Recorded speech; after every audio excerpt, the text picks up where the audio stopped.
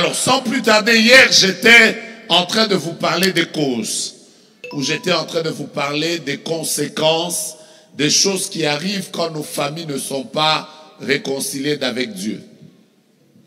Et l'exemple de la famille que j'ai dû prendre, c'est la famille de David. Est-ce que vous vous souvenez de la famille de David? Je vais terminer ce cas rapidement avant de vous dire qu'est-ce que nous devons faire pour réconcilier nos familles avec Dieu. J'ai commencé par vous dire que David était un bon musicien, David était un bon chanteur, David était un bon prophète, David était un grand guerrier, mais David était un piètre parent. J'ai commencé par vous dire ça. Et j'ai commencé à vous démontrer combien David, sur le plan familial, il n'a jamais joué le rôle qu'il a joué dans la nation israélienne. Il était apprécié à l'extérieur, mais sa famille a été une des familles à problème. Une des familles à problème dans la parole de Dieu. Et donc, tout commence par 2 Samuel chapitre 11. David brise son lien avec Dieu par le péché qu'il commet avec Bathsheba. Il commet ce péché avec Bathsheba et la suite, vous allez voir que dans 2 Samuel chapitre 12, David n'a pas pris le temps de passer par une réconciliation avec Dieu. Il n'a pas fait la repentance. Il a fallu qu'un prophète vienne lui dire que ce que tu as fait n'était pas correct pour qu'il revienne et qu'il reconnaisse le péché. Mais là, qu'est-ce qui va arriver dans la suite? J'ai commencé par vous parler de Tamar qui va être violée par son frère Amnon. La famille de David commence à avoir des problèmes. Du coup, il y a l'inceste. Et quelles sont les causes? Comment David va gérer ce problème-là? Vous êtes un parent, on vient de violer votre propre fille. Et votre propre fille a été violée par son frère. La Bible dit que David s'était irrité. Mais David n'a jamais traité ce problème-là. Je vous ai dit hier que tous les problèmes non résolus finiront par créer des problèmes dans nos familles. Nos familles ont beaucoup de problèmes non résolus. Des situations sur lesquelles les parents ne veulent pas que les enfants parlent. Des situations sur lesquelles les enfants entre eux ne parlent pas. Des situations sur lesquelles les parents entre eux ne parlent pas. Combien de problèmes non résolus il y a dans les familles?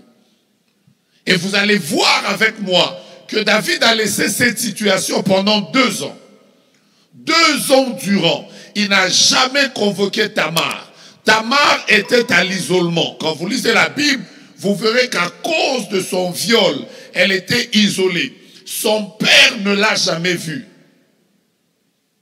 Son père n'a pas eu le temps d'écouter Tamar. Et son père n'a pas eu le temps de réconcilier les enfants. Tous les problèmes non résolus nous déconnectent et emmènent les ténèbres dans nos familles. Deuxièmement,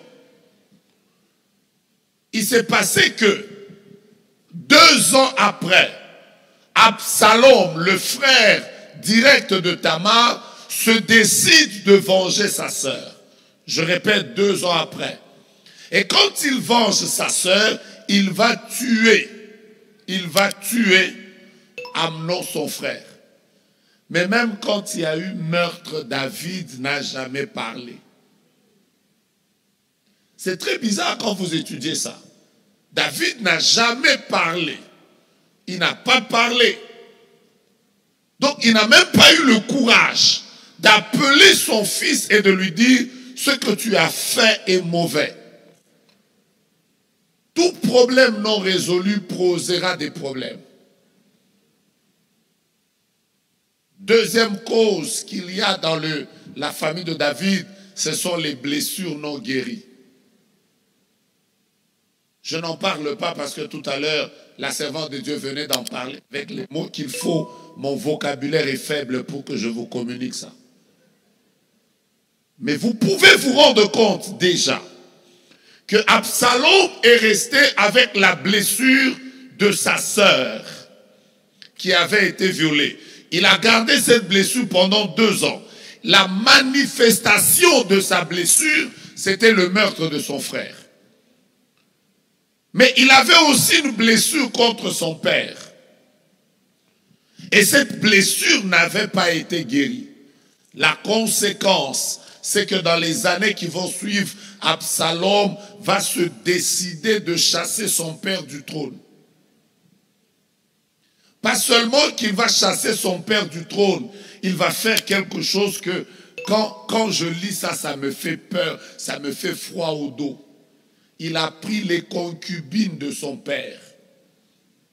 Il est monté sous le toit. Tout le peuple le voyait. Et il était en train de coucher avec les femmes de son frère, de son père. Est-ce que vous pouvez imaginer jusqu'où les blessures non traitées peuvent emmener les ténèbres sur une famille?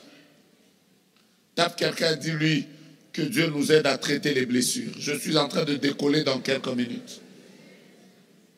Il y a plusieurs blessures dans les familles qui n'ont pas été traitées. Si vous voulez que je vous parle de moi, je vais vous dire que moi j'ai perdu mon père il y a 32 ans. Mon père a eu la grâce d'être pasteur, fils de pasteur. Donc je suis né dans une famille où il n'y a pas moins de 60 pasteurs. Dans ma famille, il y en a beaucoup. Mais quand mon père est mort, puisqu'il était le plus riche de sa famille, quand il meurt, la première chose que sa famille des pasteurs a eu à faire, c'était de tout nous arracher comme bien. Ils nous ont tout arraché, tout. J'insiste sur tout. Quand j'ai dit tout, ça veut dire que le jour où mon père meurt, je me suis précipité pour prendre ses chaussures parce que j'avais la même pointure que lui. Et quand je sortais de la morgue, sa sœur a reconnu les chaussures de son frère. Et elle m'a dit directement, est-ce que tu peux les enlever? Ça appartient à mon frère.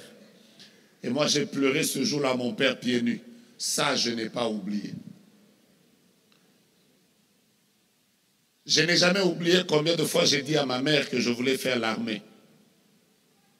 Et la plus grande raison pour laquelle je voulais faire l'armée, c'était, je disais toujours à ma mère, je ferai l'armée. Et le jour où j'apprendrai à manipuler les armes, ce que je ferai, je partirai chez tous les frères de mon père et je les tuerai un à un. Je rends grâce à Dieu pour avoir été guéri de ça. Aujourd'hui, curieusement, et l'une des manières de me faire guérir de ça, c'est que Dieu m'a permis d'être pratiquement celui qui paye les études des enfants de ceux qui m'avaient fait du mal. Et c'est merveilleux ça. Et chaque fois que ça m'arrive, moi-même je suis content parce que je me rends compte que j'ai été guéri. Mais vous ne pouvez pas comprendre combien des personnes ont eu des blessures dans les familles et ces blessures ont créé des soucis et des soucis. Vous savez, David n'a jamais été chassé de son trône par les ennemis, même pas par Dieu, mais son propre fils blessé a été capable de le chasser. Son propre fils blessé n'a pas eu pitié de son père. Pourquoi? Des blessures non traitées. Et chaque fois que nous parlons des familles que nous devons réconcilier avec Dieu, nous venons prier, mais nous gardons des blessures. Et il y a comme ça des personnes qui vont vous dire, voici ce qui m'était arrivé, voici ce qui m'était arrivé, voici ce qui m'était arrivé, voici ce qui m'était arrivé. J'ai vu une fille qui m'a dit récemment qu'elle ne supporte pas le mariage. Et comment je l'ai rencontrée? Je l'ai rencontrée parce que partout où à Kinshasa, elle voyait, on a mis une affiche où il y a mon visage. Cette fille-là déchirait ça. Quand elle voit seulement mon visage sur une affiche, elle déchire. Et un jour, je suis allé prêcher dans leur église. Et quand j'ai fini de prêcher, pour la première fois, quelqu'un est venu me voir et elle m'a dit clairement, prophète, je te hais. J'ai fait, oui. Elle me dit, je ne te supporte jamais. Moi, quand je vois juste ta photo sur une affiche, je la déchire. J'étais tellement curieux que j'ai dit aux frères de la sécurité, je voudrais parler à cette fille. Après, je lui ai dit, en fait, tu me hais pourquoi? Pourquoi tu me hais? C'est la raison que je vais vous dire tout à l'heure. Elle m'a dit, je te hais parce que tu ressembles à mon père. Je lui ai dit, est-ce que tu peux me donner la photo de ton père? Quand je regardais son père, je me suis regardé, on se ressemblait quand même un peu. J'ai fait, oh là là là là là là. Donc, il y a quelqu'un qui m'a... Je répète que je ne l'avais jamais connu auparavant. Mais la haine qu'elle avait de moi, c'est parce que je ressemblais à son père. Et quand je lui ai dit, qu'est-ce que votre père vous a fait? C'est là que je découvrirai que le papa... Non, il y a des hommes. Les hommes existent. J'ai dit quoi? Dis ça à ton voisin. Non, les hommes existent. Il y a des hommes et des hommes. Il y a des gens qui sont méchants. Ils sont tellement méchants que le diable lui-même apprend la méchanceté d'eux. Vous savez, je me suis toujours posé la question de savoir pourquoi est-ce que Dieu créateur, s'est repenti d'avoir créé l'homme. Le cœur de l'homme. Le cœur de l'homme. Donc bref, le Père a fait tellement de choses que moi-même, quand elle m'a dit qu'elle ne me supportait pas, j'ai commencé à dire pourquoi mon nez ressemble au père de cette fille. J'ai fait quoi? Est-ce que vous pouvez vous imaginer qu'il y a des gens qui ont des blessures jusqu'à ce niveau? Et malheureusement, ces gens sont dans nos églises. Et quand ils viennent dans nos églises, ils viennent avec toutes ces blessures. Et nous, les pasteurs, nous devons parfois être ceux qui payent le prix des blessures que des parents irresponsables ont eu à faire à leurs enfants. Quel travail! C'est comme ça que vous êtes dans un département avec quelqu'un de blessé. Dès que tu lui dis, où est ma cravate, elle te dit directement, dans mon nez. Maintenant, imagine-toi que c'est elle, ta femme. Hein? Dès que tu lui dis, est-ce que tu peux me faire un repas? La réponse qu'elle va te donner. Mais il y a des gens, quand ils te donnent une réponse, tu te poses la question, est-ce que c'est Satan qui parle ou c'est une personne? C'est crac! Elle t'enlève et l'onction, et la joie, et la paix. Ah mon Dieu. Mais quand vous creusez dans sa vie, vous découvrez que c'est une blessure non guérie. Mon Dieu, mon roi, que Dieu te guérisse de toute forme de blessure. C'est ton amen qui ne me permet pas de prophétiser. Que Dieu te guérisse de toute forme de blessure. Même des blessures. Vous savez, le problème avec les blessures, c'est que la blessure physique, vous savez où elle est et vous savez la traiter. Mais les blessures émotionnelles, les blessures intérieures, vous ne savez pas que vous êtes vous-même blessé. Et parce que vous ne le savez pas, vous êtes en train de blesser. Et ça, c'était la famille de David. David avait des enfants blessés. Vous savez pourquoi? Il n'avait pas le temps pour la famille. C'est comme ça qu'un jour, il va se retrouver avec des enfants dehors. Des enfants qui ont commencé à se tuer. Laissez-moi vous dire que la jalousie, vous la retrouverez dans la famille de Jacob. Maman Jeanne, j'ai déjà vu des familles, des personnes qui ont la haine. Mais la famille de Jacob, non, elle, je l'acclame. Chaque fois que je lis la Bible, la famille de Jacob, non. La famille de Jacob avait une haine telle qu'ils ont vendu leurs frères. Et vous savez, ils étaient à combien? Ils étaient à 10. Parce que Benjamin était resté avec leur papa. Vous savez, quand vous faites un crime à 10, normalement, il doit y avoir un traître. Mais eux, ils sont à 10. Ils viennent tous, ils disent à leur papa, ton fils a été dévoré. Le papa fait un deuil de 20 ans. Et pendant 20 ans, tous les jours, le papa pleure. Aucun des enfants n'a pitié du papa pour lui dire ne fût-ce que papa, s'il te plaît, on t'avait menti. Quel cœur! Et ils ont fermé le cœur pendant 20 ans. J'ai dit combien?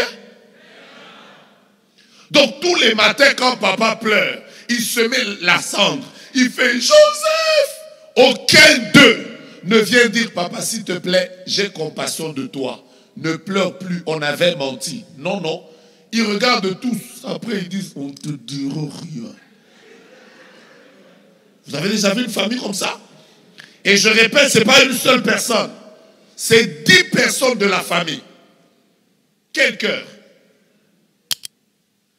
Et jusqu'à ce que Joseph lui-même est apparu, personne d'entre eux n'est revenu dire à papa, papa s'il te plaît, excuse-nous. Vous avez déjà vécu dans une famille comme ça? Imaginez que vous vivez avec une famille dans laquelle les gens ont un mauvais cœur. Récemment, une sœur m'a dit que sa sœur travaillait avec l'ambassadeur des États-Unis. Sa famille est en train de souffrir. Et l'ambassadeur lui a dit, je voudrais aider 3 membres de ta famille, que je leur donne des visas, qui s'installent aux États-Unis. La sœur aînée a dit à l'ambassadeur, je préfère que mes sœurs souffrent. Je préfère aider les autres, mais pas mes sœurs. Parce que si ces sœurs-là réussissent, elles se moqueront de moi un jour. Vous savez, il y a des familles comme ça. Je prie Dieu que ta famille soit réconciliée avec nous. Je sens que tu ne m'as pas donné le meilleur des Amen, donc. Tu es en train de me dire, prophète, c'est trop. Vous savez, je répète la phrase que je vous ai dit le premier jour. Quand vous commencez à étudier les familles de la Bible, toutes les familles de la Bible étaient problématiques. Toutes. Je peux insister. Vous ne trouverez pas une famille dans laquelle on vous dira que tout allait bien. Vous allez même chez Isaac, vous allez trouver une maman compliquée. Quand vous allez chez Abraham, n'en parlons pas.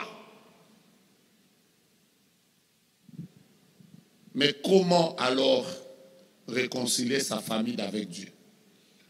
Je vais vous donner pour ce soir 4 points rapides et nous allons prier. La première chose. Je peux commencer par là. La première chose.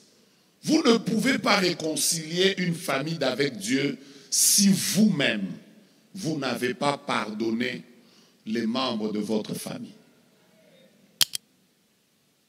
Je sais que c'est le point le plus difficile. Regarde droit ton voisin dans les yeux. Ne lui souris pas. Dis-lui, voisin, tu dois pardonner. Je n'ai pas entendu. Vous voyez? Il y a des gens qui disent, voisin, regarde ton voisin dans les yeux, dis-lui, voisin, tu dois pardonner. Tu dois pardonner, tu dois pardonner. Là où le pardon ne s'est pas encore fait, la réconciliation, ce sera un processus impossible. Le Joseph dont je vous ai parlé, quelque temps après la mort de son père, ses frères sont revenus vers lui.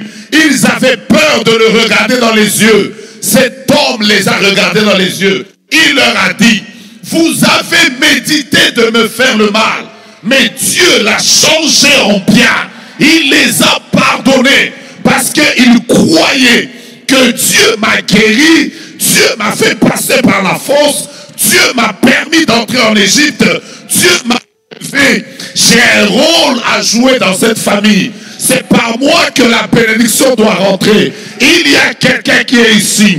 C'est toi le champion de la famille. C'est toi le serviteur que Dieu a suscité. C'est toi le élu de Dieu. Est-ce que je parle à quelqu'un? Aide-moi à taper 3-4 personnes. Dis-leur, c'est par moi que la gloire va rentrer dans la famille. On parlera d'une famille relevée, d'une famille bénie, d'une famille riche, d'une famille des gens qui ont eu à réussir. Mais tout ceci commencera par moi. Si c'est à toi que je parle, tape 3-4 personnes. Dis-leur, Dieu veut passer par moi.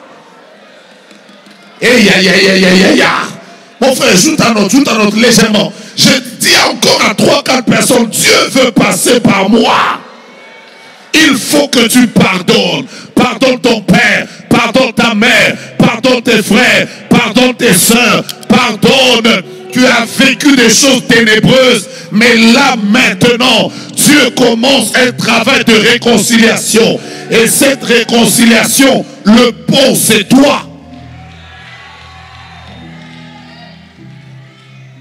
Si toi tu ne pardonnes pas, tu as fermé la porte. Vous savez le problème avec le manque de pardon. Le manque de pardon est une prison. Je change ma phrase. Le manque de pardon est une prison. Mais la particularité de la prison, c'est que la porte est fermée de l'intérieur. Vous êtes prisonnier, mais c'est vous en réalité qui avez fermé la porte. Il existe des prisons qu'on ne ferme que de l'intérieur. Si vous voulez sortir de cette prison, vous devez vous-même d'abord ouvrir la porte pour que vous commenciez le processus. Mais il y a des choses compliquées. Je vous parlais de moi. Je vous disais tout à l'heure que vous savez ce que Dieu a fait. Le Seigneur a fait qu'à un moment, je ne sais pas comment je vais vous expliquer ça. Mais à un moment, je me suis retrouvé, moi personnellement, être la plaque tournante des personnes dont les parents m'avaient fait voir de toutes les couleurs. Moi, j'ai vécu avec une belle-sœur. J'ai vécu avec une belle-sœur. J'ai jamais vu une femme difficile comme elle. Nous, on vivait chez elle. Donc, quand vous commencez à manger, elle commence à parler. Dès que vous commencez à manger, elle commence à parler. C'est là qu'elle commence à dire, vous êtes là à manger ici chez moi. Et moi, depuis ce jour-là, j'ai horreur des personnes qui parlent mal quand les gens mangent. Parce que je crois que ça m'a blessé. Là, c'est là qu'elle parlait. Je me souviens qu'une fois, j'ai fait un jeûne du 25 décembre au 1er janvier. J'ai fait un jeûne de 7 jours à sec. Pas parce que Dieu m'avait demandé de jeûner. Parce que je sentais que je devais garder ma dignité. Je répète. Donc, il était le 23, par là, 22-23 décembre. Elle a commencé à dire, votre famille des pauvres, vous allez venir grossir ici. Après, moi, je vais commencer à préparer pour vous. Vous venez prendre des jours dans ma maison. Le 25, vous avez ce jour-là, j'ai dit non, non. En tout cas, pour aujourd'hui, le 25 et le 1er, je ne mange pas. Mais comme je n'avais aucune raison, je lui ai dit, je suis à jeûne. Donc, je suis resté à jeûne pendant 7 jours. J'ai même vu des anges. Et alors que je fouillais l'insolence d'une femme. Je connais, moi, un prince à New York par cœur. C'est le 2 que je ne connais pas. Le 1, je connais par cœur. Vous savez pourquoi? J'ai suivi un prince à New York plus de 2000 fois. Je vivais dans sa maison et je dormais au salon. Et tous les jours de 22h à minuit, elle mettait un prince à New York. Exactement à mon heure de dormir. Donc mon frère, tel que je suis là, si vous commencez simplement, j'entends la chanson du prêtre de Zamunda qui est en train de rentrer pour aller chercher son fils. Je te dirai. Donc je connais même quand il dit, Altesse, ce n'est pas encore le temps. Je connais. Tu vois? Pourquoi je connais ça? Parce qu'elle m'a fait ça. Mais vous savez quoi? Des années après, ce sont ces enfants qui manquent qui va payer leurs études. Et vous savez vers qui ils partent? C'est vers moi. Et donc parfois, quand je leur paie les études, mon cœur me dit, ah, frère, la chair ici, vous savez, la chair, c'est un cadavre, mais qui a été enterré dans une tombe, mais la tombe doit être surveillée. Parce que ce cadavre-là peut ressusciter à n'importe quel moment. Donc le cadavre de la chair, c'est déjà mort. Mais il faut toujours garder les armes avec toi. C'est-à-dire, de temps en temps, ça veut ressusciter, tu tires encore, ta mère. Donc il y a des jours où tu as envie de payer, surtout quand il te dérange. Tonton, tu n'as pas payé. Tu sens comme quelque chose te rappelle. Vous, hein? Parce que vous savez ce que votre mère vous faisait. Cette maman, chaque fois qu'elle préparait le riz, elle ne nous servait pas dans les assiettes. Elle mettait ça dans la casserole. Après, elle laissait d'abord ses enfants manger. Vous voyez les enfants quand ils mangent, hein? Donc ils mettent tout dedans, tout ça. Après, quand eux, ils ont fini de manger, le reste, là, elle dit, prenez. Alors tout le monde avait la nausée. Mais moi, je me disais, quel est le rapport entre la souffrance et mon estomac? En tout cas, j'ai appris à manger en faisant ça. Je mange. Parce qu'il faut que je mange. Mais quelle grâce cette femme a fait. Elle m'a appris que, mais Dieu, pour qu'il t'utilise, il faudrait que tu sois passé par le processus du pardon. Donne-moi ta main droite. Est-ce que tu sais que cette main nourrira les personnes qui t'ont fait souffrir? Ah mon Dieu, donne-moi ta main gauche. Est-ce que tu sais que Dieu te donnera des richesses, pas seulement pour toi, mais pour que tu aides aussi les personnes qui t'ont fait souffrir? Donne-moi tes deux mains. Je vois la gloire de Dieu descendre dans tes deux mains à cause du fait que Dieu veut passer par toi pour sauver également les gens qui t'ont fait souffrir. Alors que tu me dis amen, ça s'accomplit fois 3. Mon Dieu, mon roi, j'entends un amen plus fort que celui-là. Ça s'accomplit par 4. Le ciel est ouvert. Pardonne. J'ai dit quoi? J'ai pas entendu. J'ai dit quoi? Vous savez, quand Maman Jeanne est venue avec ce thème, famille réconciliée avec Dieu, il y a des gens qui doivent passer par un pardon. C'est vrai que tu as été violé. C'est vrai que tu avais été abandonné. C'est vrai que c'est vrai. Mais si Dieu a permis que tu passes par là, c'est qu'il voulait. Ma femme, c'est que la première fois que j'arrive à Kinshasa, je suis arrivé chez un membre de la famille de mon père qui avait beaucoup de moyens à l'époque.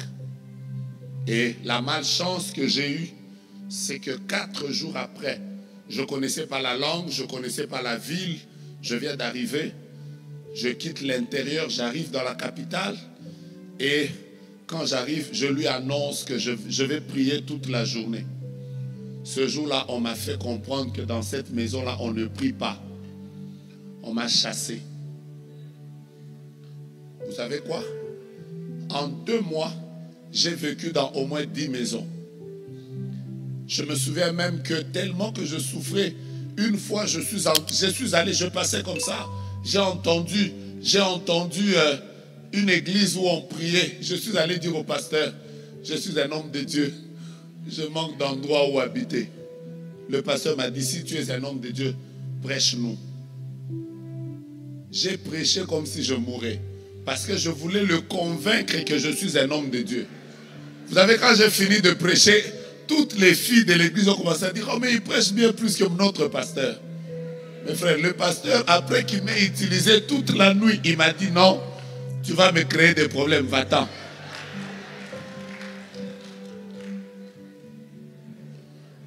Vous savez, des années après,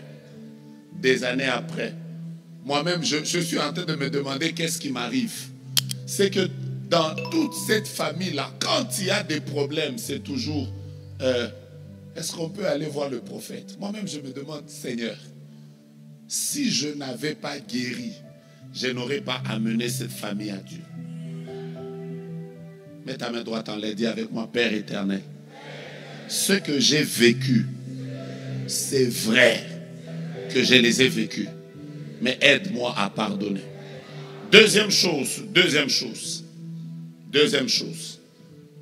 si vous savez que Dieu passera par vous pour élever votre famille, vous devez porter cette famille en prière devant Dieu. Vous devez bâtir un autel de prière, mon Dieu.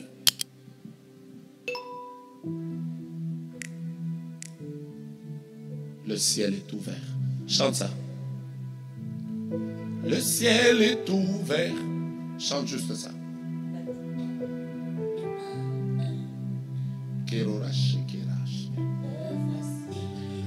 frère, vous allez bien?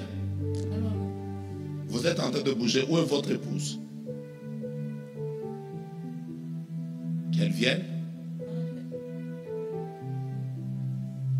Comment on vous appelle? Armel.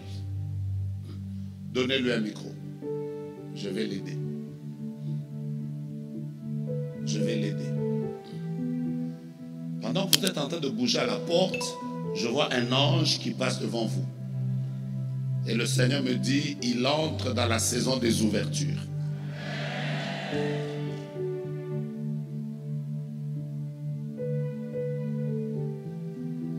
Qui entre vous deux a eu à faire des études qui ont trait à l'environnement? Agriculture, environnement. C'est moi. Économie, des choses comme ça. C'est moi, je suis ingénieur agroéconomiste. Ingénieur? Agroéconomiste. Agroéconomiste. C'est ça, non? C'est ça. C'est de ça dont je parle.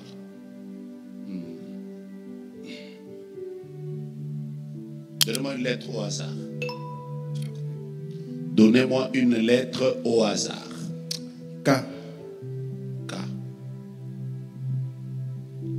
Je vais vous aider. Je vois d'abord une flèche. Mais cette flèche est partie du Luxembourg.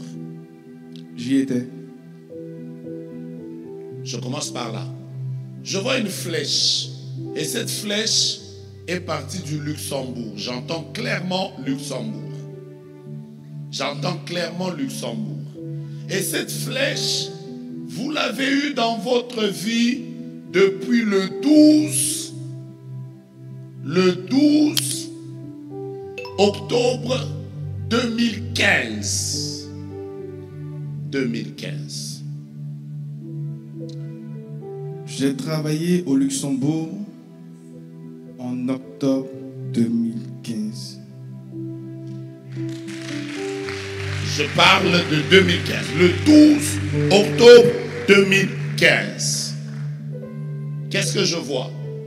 Je suis en train de voir un homme qui était arabe. Qui était arabe. Quand je parle des arabes, je suis en train de localiser quelqu'un. Vous voyez des gens qui sont comme égyptiens, marocains, comment on les appelle? Maghrébiens. Je vois un homme comme ça qui prend ta photo. À l'époque, un peu plus de cheveux que maintenant. Et il amène cette photo dans une loge satanique. Et ça se passe au Luxembourg. Depuis ce temps-là, il y a eu beaucoup. En réalité, vous ne deviez pas avoir le même niveau financier. Vous devez être quelqu'un qui devait être très haut. Mais il y a toujours comme des combats. Chaque fois que des grandes portes veulent s'ouvrir, il y a toujours comme une force qui veut vous maintenir à un certain niveau. Aujourd'hui, commence un temps de victoire dans votre vie.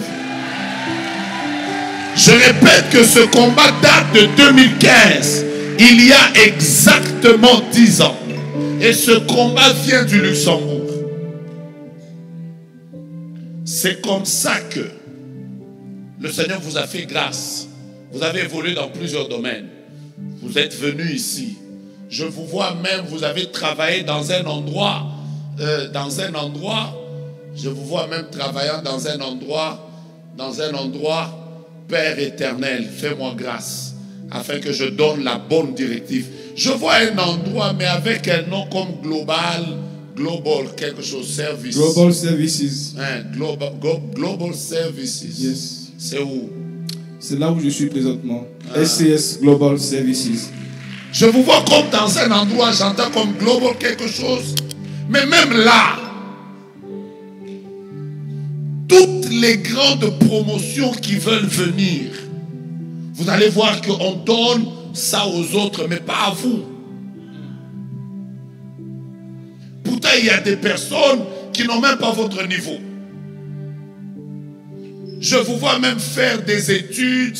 Vous êtes même allé, je vous vois même en train de faire des études. Vous êtes en train de dire, bon voilà, comme ça pour que ça monte dans ma vie, je vais monter encore de niveau d'études. Vous êtes encore allé, je vous vois comme connecté à une institution qui est en France, vous faites des études, voilà. J'entends, attendez, mon frère. Là, maintenant, vous parlez à un prophète. Papa, je ne suis pas venu tâtonner, je vois. Je vois clairement. Je vois clairement. Je vous vois en train de faire des études qui ont trait comme Moraba Santa. Des études qui ont trait comme à la stratégie. Stratégie, c'est quoi là? C'est quoi? Je viens de terminer certificat en stratégie à HEC Paris. Mais même avec ce certificat, il y a toujours des blocages. Là, pendant que je parle, Dieu me dit que même à Global Service là, qu'il est en train de travailler, il devait normalement être le patron de sa propre entreprise. Mais même là, on avait déjà bloqué. Ainsi parle l'Éternel. Quand je vous regarde bouger à la porte, le ciel s'ouvre et le Seigneur me dit, cet homme c'est un milliardaire. Et slash, oh mon Dieu, mon roi, qui se connecte à sa grâce maintenant. Et je vois que aujourd'hui commence une nouvelle histoire dans sa vie. Et écoutez-moi, une prophétie pour une personne, c'est une prophétie pour tout le monde. Ça veut dire que pendant que vous vous connectez à sa grâce, quelque chose est en train d'arriver dans votre vie. J'entends quelqu'un crier très fort, le ciel est ouvert. Le Seigneur, oh mon Dieu, mon roi, prenez l'huile, prenez l'huile, prenez l'huile, prenez l'huile. Il y a un milliardaire qui est ici. Le Seigneur est sur le point de l'élever. Parmi les personnes pour lesquelles Dieu veut payer la fidélité à cause de leur attachement à l'œuvre de Dieu, il y a aussi son nom. Il y a aussi son nom. Le Seigneur est en train de le faire monter. Il m'a donné la lettre K. Moi, je vois un nom comme K. Quoi? Non, je vois un nom à la fin là. Il y a N à la fin. Quoi, Bénin? Hein? Quoi, Bénin? C'est le nom de qui? C'est mon nom de Mais ce nom deviendra grand en Côte d'Ivoire. Ce nom deviendra grand dans cette église. Tu me donnes un amen, que la même grâce s'attache à ta vie. Tu me donnes un amen, que la même grâce s'attache à ta vie. Tu me donnes un amen, la même grâce s'attache à sa vie. Ah, tu ne me donnes pas un bon amen, tu me donnes un amen, la même grâce s'attache à ta vie. Pendant que tu me dis amen, que Dieu fasse aussi ça dans ta famille. Qui est prêt à dire je reçois? Qui est prêt à dire ça s'accomplira aussi? Prophète, je vais vous parler. Permettez-moi avec tout le respect. Que Dieu vous bénisse. Je suis en train de voir dans votre maison une fille. Une fille, et c'est votre fille. Elle vous ressemble. Elle vous ressemble. Elle est tellement brillante. Je n'ai pas encore fini. Je n'ai fait que commencer. Elle est tellement brillante, je ne sais pas si elle a fini les études ou quoi. Mais je vois une fille qui a presque votre taille. Elle est belle, avec... ouais. Et je vois, pendant que vous êtes en train de dire amen pour eux, la même grâce est en train de tomber sur cette fille. La même grâce est en train de tomber sur cette fille-là. La même grâce. La même grâce est en train de tomber. Je ne sais pas si c'est... Mais vraiment, c'est la première fille. Je vois la grâce de Dieu tomber sur elle. Ça, c'est la première chose. Donnez-moi juste une lettre au hasard. M, ok. M. Donc, je vais prendre la lettre qui vient avant.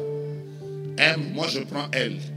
Là, pendant que je parle, le Seigneur me dit que vous puissiez aller prier pour quelqu'un qu'on veut empoisonner dans les 2 semaines qui viennent. C'est un prophète et il s'appelle Leslie.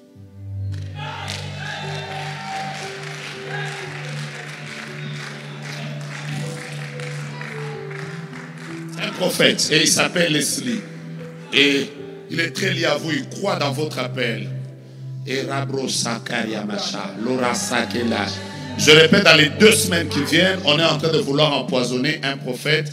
Il y a comme un esprit bizarre qui veut circuler en Côte d'Ivoire, qui est en train comme de vouloir faire pleurer les gens.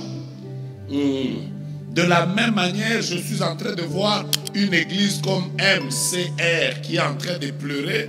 On est en train de vouloir pleurer un autre comme prophète Leslie. Et Dieu vous donne la responsabilité de prier pour lui. Appelez-le avant que les 2 semaines arrivent. Dites à ce prophète qu'il doit recevoir une prière de votre part.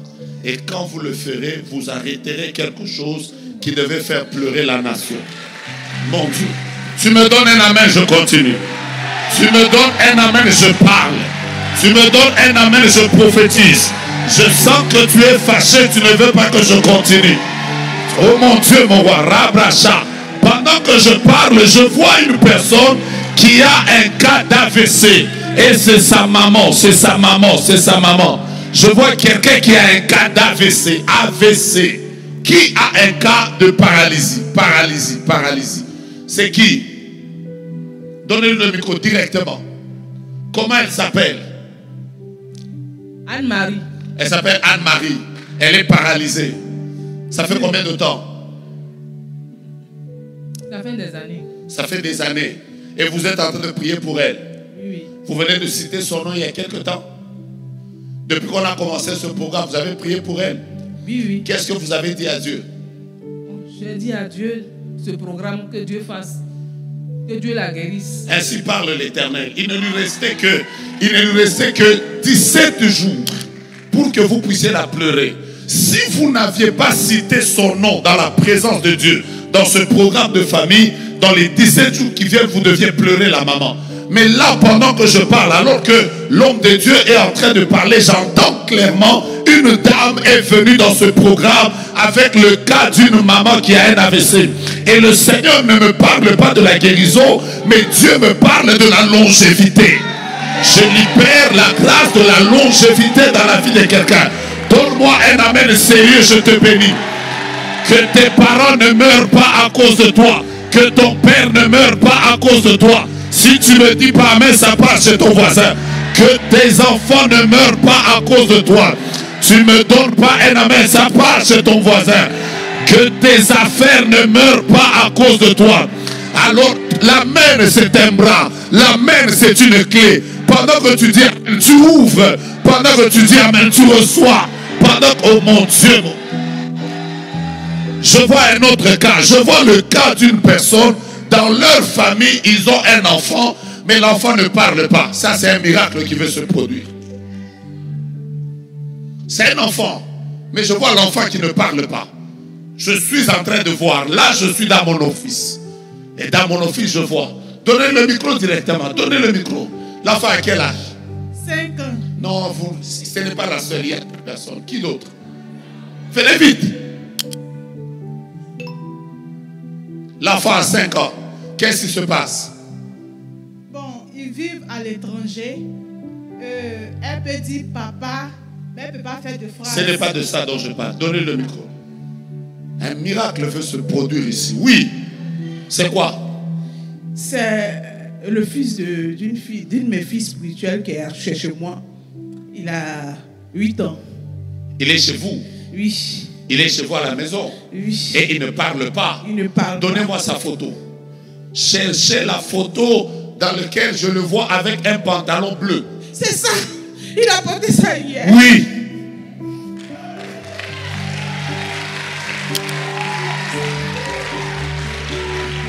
Je suis venu prophétiser. Est-ce que vous pouvez m'aider à dire avance, prophète?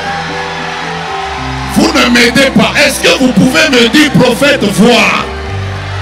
Je suis venu voir. Je suis venu pour que Dieu libère les familles. Dieu libère les familles. Nos familles doivent témoigner la gloire de Dieu. Celui qui me dit amen maintenant, reçoit son miracle. Celui qui me dit amen maintenant, reçoit son miracle. Nous ne sommes pas venus dans un programme seulement de conférence. Nous sommes dans un programme hautement prophétique. Des actes que nous posons sont en train d'arrêter la mort, d'arrêter les malédictions, de faire tomber les autels maléfiques des familles. Nous sommes en train de faire entrer la bénédiction. Nous arrêtons avec la stérilité. Nous sommes en train de briser les forces des ténèbres. Tu me dis amen, tu pars. Là, sur cette première rangée-là, sur cette première rangée, il y a quelqu'un qui a un problème avec sa colonne vertébrale au niveau de son dos. Que cette personne s'élève et qu'elle vienne. J'ai envie de voir aujourd'hui. Je rappelle que demain, on a une veillée prophétique. À 10 à 3-4 personnes, que demain, on a une veillée prophétique ici. Mon Dieu, mon roi. Comment il s'appelle? Il s'appelle? Il s'appelle? Mettez votre main droite en l'air. Est-ce que vous croyez au Dieu de miracles?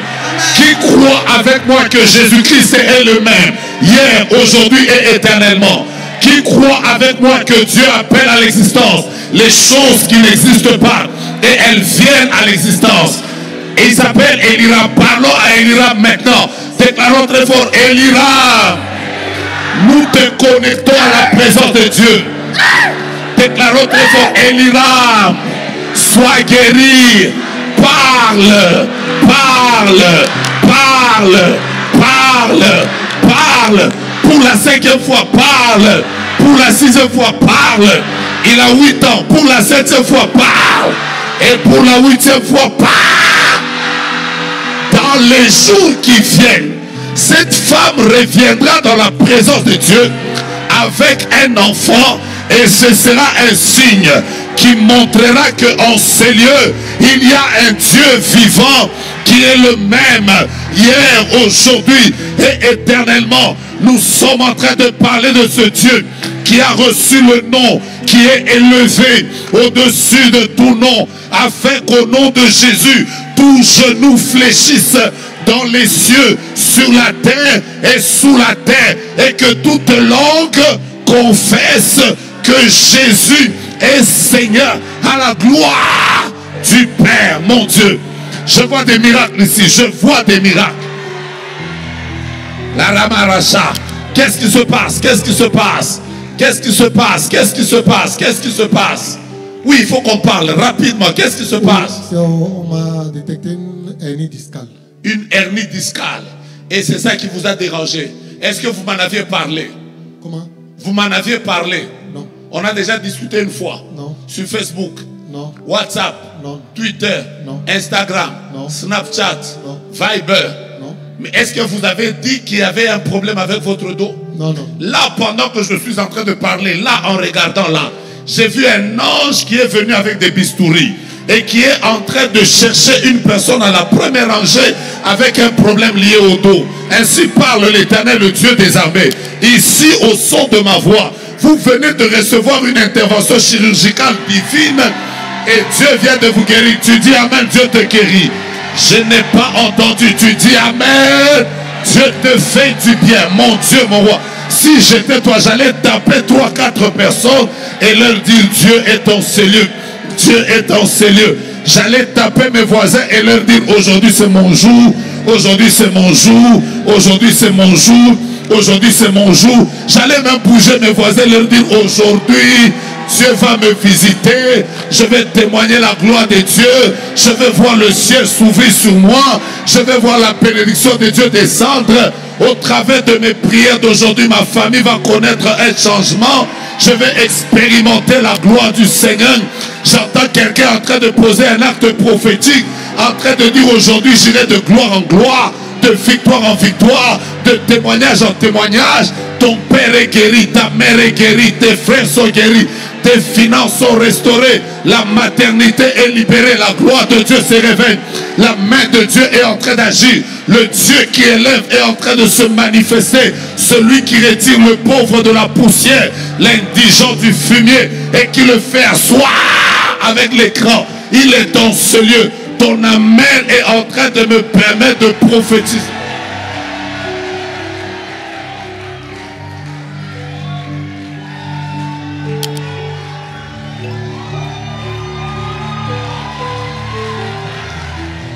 Mon Dieu, à partir de cet instant, on est dans une zone prophétique.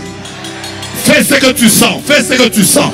À partir de maintenant, on est dans une zone prophétique. Si tu veux adorer, tu adores. Tu veux chanter, tu chantes. Tu veux danser, tu danses. Tu veux prier, tu pries. Tu veux prophétiser, tu prophétises. Nous sommes dans une zone prophétique. Si tu veux parler alors, parle alors. Si tu veux te mettre à genoux, mets-toi à genoux. Si tu veux te coucher par terre, couche-toi par terre. Nous sommes dans une zone prophétique. Nous sommes dans une zone prophétique. Fais ce que tu sens. Fais ce que tu sens. Si tu sens que tu dois célébrer, célèbre. Si tu sens que tu dois acclamer, acclame. Si tu sens que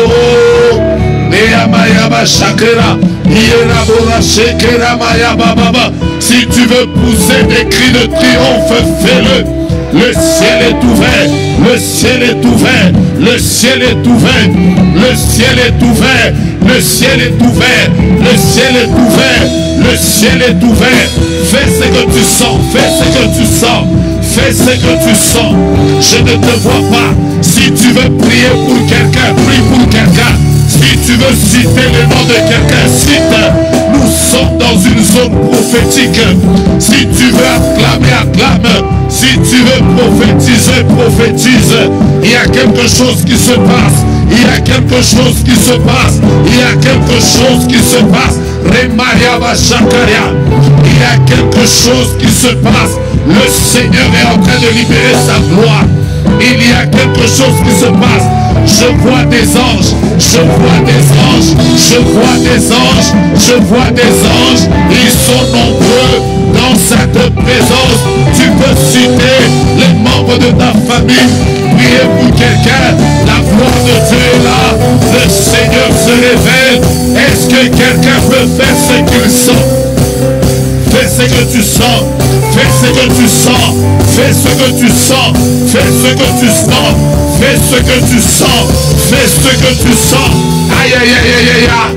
Oh, oh, oh, oh, oh, oh, oh. Le Dieu de gloire est dans ces lieux.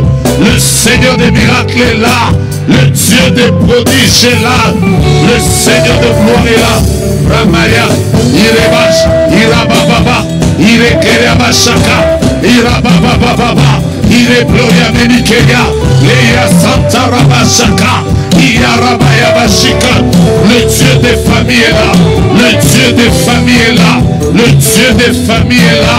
Le Dieu des familles est là. Le Dieu des familles est là. Le Dieu des familles est là. Le Dieu des familles est là. Le Dieu des familles est là. Le Dieu des familles est là. Le Dieu des familles est là. Posez des actes prophétiques. Faites des prières prophétiques. Si tu veux prier pour tes cartes bancaires, tu veux prier pour ton ventre, tu veux prier avec quelqu'un, faites-le, faites-le, faites-le. Nous sommes en train de prier prophétiquement. Nous sommes en train de prier prophétiquement. Nous sommes en train de prier prophétiquement. Hey, ya, ya, ya. Hey, ya, ya, ya, ya, ya, ya. Hey, ya, ya. Hey, ya, ya. Hey, ya, ya. Hey, ya, ya.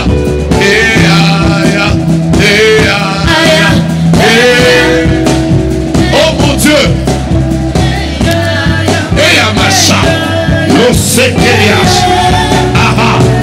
Aha. Aha.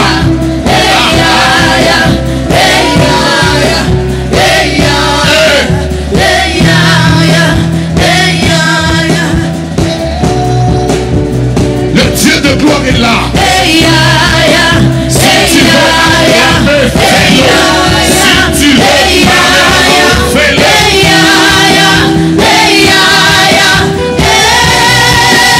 Chacun est pour ça.